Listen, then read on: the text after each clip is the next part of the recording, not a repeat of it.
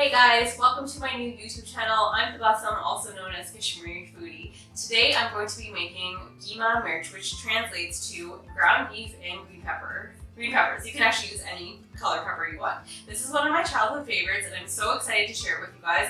And just so you know, my kids love this meal. I serve it with brown rice and they just gobble it up. I love creating recipes that are simple, easy, and healthy and packed with a lot of flavors and nutrients for my family to enjoy. So let's get started, guys. Begin by chopping up all the vegetables. Dice up 1 small onion, followed by cubing up a small tomato.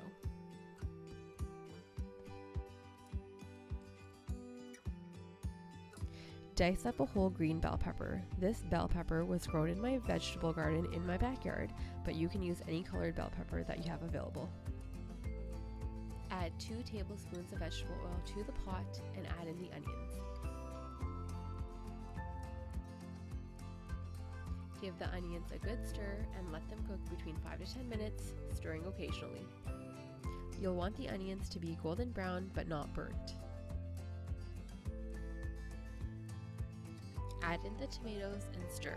Wait for the tomatoes to simmer down, then add the spices. Add 1 teaspoon of salt, followed by half a teaspoon of red chili powder, and then half a teaspoon of garam masala. And last but not least, 1 tablespoon of garlic paste. You're going to want to stir this, and this creates the masala of the whole curry dish. Allow this to simmer for 2 minutes. Now add 1 pound of ground beef to the pot.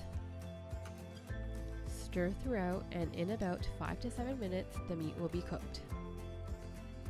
Now for my secret ingredient, it's ketchup. Add in about 1 to 2 teaspoons and mix. Add in the chopped green bell peppers, mix well, and cover the pot with a lid. Cook on medium-high heat for about 7 to 10 minutes.